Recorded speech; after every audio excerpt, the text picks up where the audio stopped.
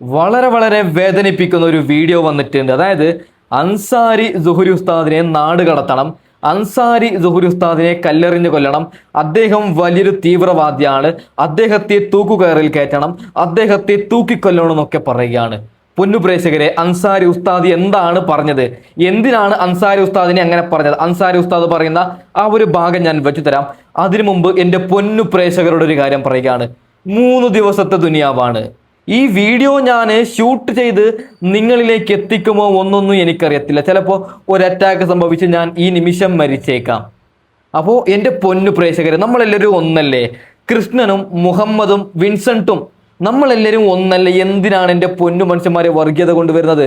3 ദിവസത്തെ ദുനിയാവാണ്, കൂടിപ്പോയാൽ ഒരു 80 വർഷം നമ്മൾ ജീവിക്കും. അതിനിടയ്ക്ക് എന്തിനാണ് വർഗീയത? നമ്മള് ദീപാവലി ആഘോഷിക്കുന്നുണ്ട്, ക്രിസ്മസ് ആഘോഷിക്കുന്നുണ്ട്, ഈ പറയുന്ന പെരുന്നാൾ ആഘോഷിക്കുന്നുണ്ട്. ഇതൊക്കെ പോകുന്നത് ഒരൊറ്റ ദൈവത്തിലേക്കാണ്.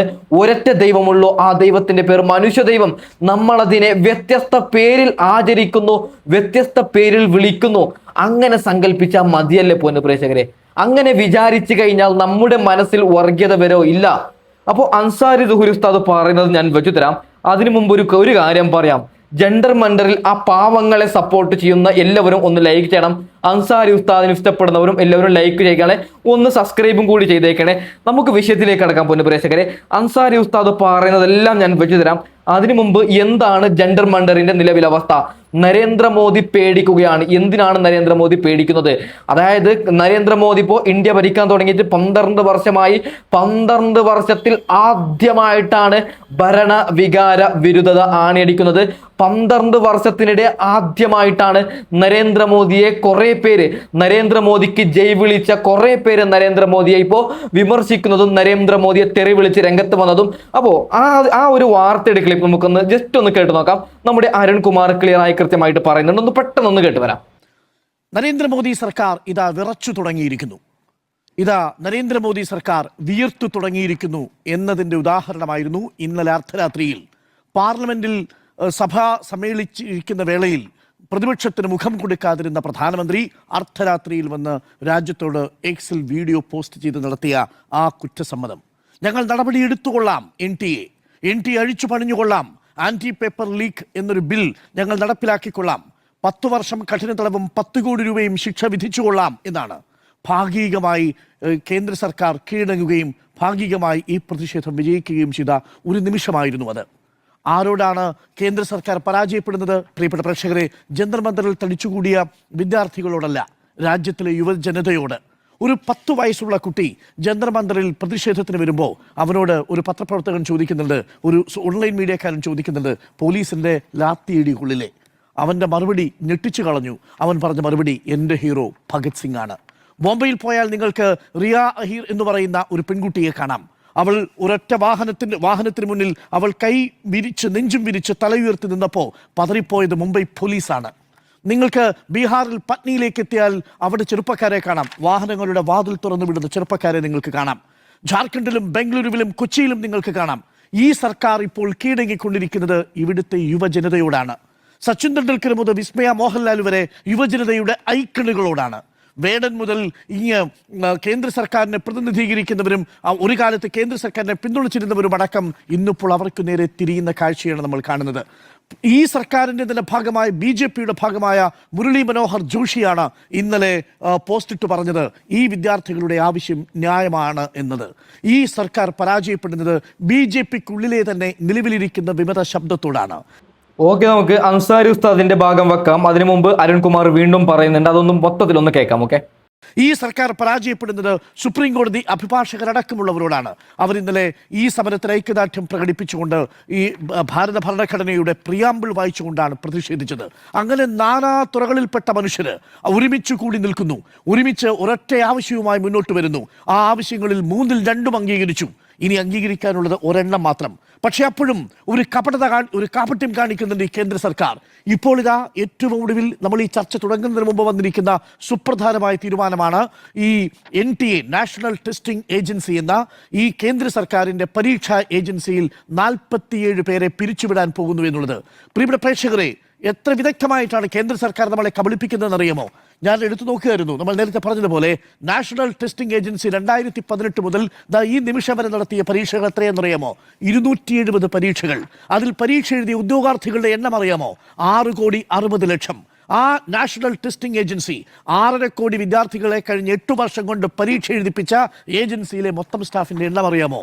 അവിടെയുള്ള പെർമനന്റ് സ്റ്റാഫിന്റെ മൊത്തത്തിലുള്ള എണ്ണം 39. അതിൽ എത്ര വേക്കൻസി? 15. ഇപ്പോൾ പ്രവർത്തിക്കുന്നത് 24. 47 വരെ പിന്നെ എങ്ങനെയാണ് കേന്ദ്ര സർക്കാർ നാഷണൽ ടെസ്റ്റിംഗ് ഏജൻസിയിൽ നിന്ന് പിരിച്ചുവിടുന്നത്? 24 പെർമനന്റ് സ്റ്റാഫ് മാത്രം ഇപ്പോൾ പണിയെടുക്കുന്ന നാഷണൽ ടെസ്റ്റിംഗ് ഏജൻസിയിൽ നിന്ന് 47 വരെ പിരിച്ചുവിട്ടു എന്ന് പറയുന്നത് തന്നെ ഈ സർക്കാർ ഈ പ്രതിഷേധക്കാരോട് കാണിക്കുന്ന കാപട്യത്തിന്റെ ലക്ഷണമാണ്. കണ്ണിൽ പൊടിയിടലാണ്. പിരിച്ചുവിട്ടിരിക്കുന്നത് ആരെയാ? ഞാൻ നോക്കി. അവിടെ കോൺട്രാക്ച്വൽ സ്റ്റാഫായിട്ടുള്ളത് നിലവിൽ 73 പേരാണ്. അവരെയാണ് പിരിച്ചുവിടുന്നത്. തീർന്നില്ല.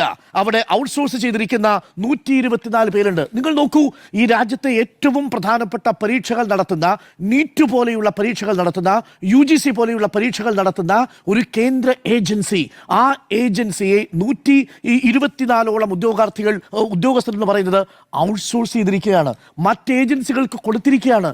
ഒന്ന് ആലോചിച്ച് നോക്കൂ, ഈ പരീക്ഷ എവിടെയാണ് പോവുക? മറ്റ് കമ്പനികൾക്ക് ഔട്ട്സോഴ്സ് ചെയ്തിരിക്കുകയാണ്. പരീക്ഷ ഔട്ട്സോഴ്സ് ചെയ്തു. ഈ സർക്കാർ എന്നുള്ളത്, ഈ സർക്കാരിന്റെ ഏറ്റവും നല്ല പേര് ഡിസ്ഇൻവെസ്റ്റ്മെന്റ് സർക്കാർ എന്നുള്ളതായിരുന്നല്ലോ. എല്ലാം ഔട്ട്സോഴ്സ് ചെയ്യുന്ന സർക്കാർ. ഔട്ട്സോഴ്സ് ചെയ്ത് പരീക്ഷ നടത്തിപ്പ് ഔട്ട്സോഴ്സ് ചെയ്തിരിക്കുന്നു. നാഷണൽ ടെസ്റ്റിംഗ് ഏജൻസിയിൽ 39 പേർ മാത്രം സ്ഥിരം. അതിലാകെ ഇപ്പോൾ പ്രവർത്തിക്കുന്നത് 24 പേർ. 47 പേരെ പിരിച്ചുവിട്ടിരിക്കുന്നത് കോൺട്രാക്ച്വൽ ഔട്ട്സോഴ്സിംഗ് സ്റ്റാഫിൽ നിന്ന്. അപ്പോൾ ഈ കേന്ദ്ര സർക്കാർ ഈ വിദ്യാർത്ഥികളോട് കാണിക്കുന്നത് കൊടിയ വഞ്ചനയാണ് എന്നതല്ലേ നമ്മൾ മനസ്സിലാക്കേണ്ടത്? ഇത് മനസ്സിലാവില്ലെന്ന് കരുതുന്ന ഈ കേന്ദ്ര സർക്കാർ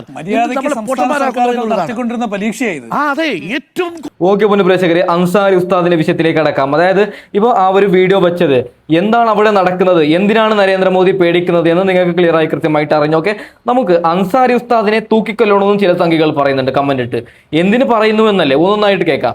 ഡൽഹിയിൽ നമ്മുടെ തലസ്ഥാനത്ത് വിദ്യാർത്ഥികൾ നടത്തുന്ന സമരത്തിനെ പിന്തുണച്ച് ഞാനൊരു വീഡിയോ ഇന്നലെ ഇട്ടിട്ടുണ്ടായിരുന്നു. അത് ഇട്ടതിന്റെ പേര് ഞാൻ കേട്ടോണ്ടിരിക്കുന്നത് കുറെ തെറികളാണ്. എന്നെ തീവ്രവാദി എന്ന് വിളിച്ചു, എന്നെ കൊല്ലൂന്ന് പറഞ്ഞു, നീ ഡൽഹി വന്നാൽ നിന്നെ വെടിയുണ്ട ഇറക്കൂന്ന് പറഞ്ഞു, പിന്നെ മദ്രസ പൊട്ടൻ. എന്റെ പേര് സുബിനലി എന്നാ. അതാണോ പ്രശ്നം? അതുകൊണ്ടാണോ ഞാൻ തീവ്രവാദി എന്നായത്? ഞാൻ വല്ല ഹരിന്നോ സുഖുന്നോ അവരെന്തും വിളിച്ചോട്ടെ, ഉറച്ച നിലപാടോടുകൂടി നാം മുന്നോട്ട് ഇന്ത്യയിലെ 140 കോടി ജനങ്ങളുണ്ടല്ലോ. ആ ജനങ്ങളിൽ സംഘപരിവാർ തീരുമാനങ്ങൾ, അജണ്ടകൾ, നിലപാടുകളോട് ആരെല്ലാം യോജിക്കുന്നുവോ അവരെല്ലാം ഈ നാട്ടിൽ ഏകകണ്ഠേന, രാമനും റഹ്മാനും എല്ലാം ഈ രാജ്യത്ത് പാകിസ്ഥാൻ പ്രേമികളും രാജ്യവിരുദ്ധരും രാജ്യദ്രോഹികളാവും. ഓക്കെ, ഉസ്താദ് പറയുന്നത് ഞാൻ വെച്ചുതരാം. അതായത് പൊന്നു പ്രേക്ഷകരെ, നല്ലവരായ ഹൈന്ദവരെ, നിങ്ങൾ എല്ലാവരും നല്ലവരാണ്. നല്ലവരായ ക്രിസ്ത്യാനികളും നല്ലവരായ ഹൈന്ദവരും ഈ പറയുന്ന മതം നോക്കാതെ, ജാതി നോക്കാതെ നമ്മുടെ വിദ്യാർത്ഥികൾക്ക് വേണ്ടിയാണ് അവിടെ സമരം ചെയ്യുന്നത് എന്ന് എല്ലാവരും തിരിച്ചറിഞ്ഞ് ആ വിദ്യാർത്ഥികൾക്ക് സപ്പോർട്ട് ചെയ്ത് സംസാരിക്കുമ്പോൾ പറയുകയാണ്. ഹൈന്ദവർ സംസാരിക്കുമ്പോൾ അതിന് താഴെ പറയുകയാണ് നിങ്ങൾ തീവ്രവാദികൾ എന്ന് ചിലർ കമന്റ് ഇടുകയാണ്. ഇത് എന്തൊരു അവസ്ഥയാണ്! വിദ്യാർത്ഥികൾക്ക് വേണ്ടി സമരം ചെയ്യുന്നതിനെ ഞാൻ പിന്തുണച്ചു എന്ന് ഒരു ഹൈന്ദവ സ്ത്രീ അല്ലെങ്കിൽ ഒരു ഹൈന്ദവ പുരുഷൻ വന്ന് ഇങ്ങനെ പ്രസംഗിക്കുമ്പോൾ ഇല്ലെങ്കിൽ ഇങ്ങനെ പറയുമ്പോൾ അതിന് താഴെ സംഘികൾ വന്ന് കമന്റ് ഇടുകയാണ്. അതായത് നിങ്ങളും തീവ്രവാദികളാണെന്ന് പറയുകയാണ്, നിങ്ങളും രാജ്യദ്രോഹികളെന്ന് ഹൈന്ദവരെ ഈ പറയുന്ന സംഘികൾ പറയുകയാണ്. വല്ലാത്ത കഷ്ടം തന്നെയാണ്. ഉസ്താദ് പറയുന്ന ബാക്കിയും കൂടി കേൾക്കാം. ഞാൻ രാജ്യദ്രോഹി, അപ്പൊ നിങ്ങൾക്ക് ആ രാജ്യസ്നേഹികളാണോ? എനിക്കറിയാൻ ചോദിക്കുകയാണ്. ഇപ്പൊ തെറ്റുകൾ കണ്ടാൽ വിമർശിക്കുന്നവനെല്ലാം നിങ്ങൾ രാജ്യദ്രോഹിയാക്കുന്നു, മുസ്ലിം നാമധാരിയാണെന്നുണ്ടെങ്കിൽ പേരാണെന്നുണ്ടെങ്കിൽ അത് ജിഹാദിയാക്കുന്നു. നിങ്ങൾ മാത്രമേ ഉള്ളൂ രാജ്യസ്നേഹികൾ. നിങ്ങൾ ആ രാജ്യസ്നേഹത്തെ കൊണ്ടുവന്നത്. എനിക്ക് വന്നിട്ടുള്ള കമന്റുകൾ മൊത്തം ഞാൻ രാജ്യവിരോധി, രാജ്യദ്രോഹി, പൈസ വാങ്ങിച്ച് ചെയ്യുന്നു. എന്താല്ലേ എന്റെ പൊന്നു പ്രേക്ഷകരെ നമ്മൾ കാണുന്നത്? അതായത് ആർക്കും ഈ രാജ്യത്ത് നടക്കുന്ന തെറ്റ് നരേന്ദ്രമോദിക്ക് എന്തും ചെയ്യാം. നരേന്ദ്രമോദി ഒരു എക്സാമ്പിൾ പറയാം. ഇപ്പോൾ നരേന്ദ്രമോദി എന്തെങ്കിലും ഒരു തെറ്റ് ചെയ്ത് കഴിഞ്ഞാൽ ഓക്കെ, ഞാൻ മോദി ഭക്തനാണ്, ഞാൻ നരേന്ദ്രമോദിയുടെ വലിയൊരു ഫാനാണ്, അതുകൊണ്ട് ആ ഒരു തെറ്റ് അങ്ങനെ തന്നെ ഇരിക്കട്ടെ എന്നാണോ? അത് നമ്മൾ മാറ്റണം. ഇപ്പൊ നരേന്ദ്രമോദി എന്നല്ല, ആ രാഹുൽ ഗാന്ധി ആണെങ്കിൽ ഇപ്പൊ നാളെ രാഹുൽ ഗാന്ധി തെറ്റ് ചെയ്താൽ ഞാൻ ചൂണ്ടിക്കാണിക്കും. അതാണ് വേണ്ടത്, അങ്ങനെയല്ലേ വേണ്ടത്? അതാണല്ലോ ഒരു അഭിപ്രായം, അതിനല്ലേ ഒരു അഭിപ്രായം എന്ന് പറയുന്നത്. ഓക്കെ, ബാക്കിയും കൂടി കേൾക്കാം. അതുകൊണ്ട് നമ്മളെ നിശബ്ദരാക്കലാണ് അവരുടെ ലക്ഷ്യം. അതുകൊണ്ട് അവർ ഭീകരവാദ പട്ടം നമ്മൾ പേടിച്ചിട്ട് നമ്മൾ മൗനികളാകുക എന്നുള്ള അവരുടെ ലക്ഷ്യം. അതിന് നമ്മൾ നിന്നു കൊടുക്കരുത്, നിലപാട് പറയണം. ഇന്ന് നമ്മൾ ആക്ഷേപിക്കപ്പെട്ടാലും നാളെയുടെ തലമുറ നമ്മളെ ഓർത്തിരിക്കും. നമ്മളിപ്പോൾ നിലപാട് പറഞ്ഞതിന്റെ പേരിൽ കുറച്ച് പാകിസ്ഥാൻ പ്രേമികളും ഭീകരവാദ ജിഹാദി വിളിയല്ലേ.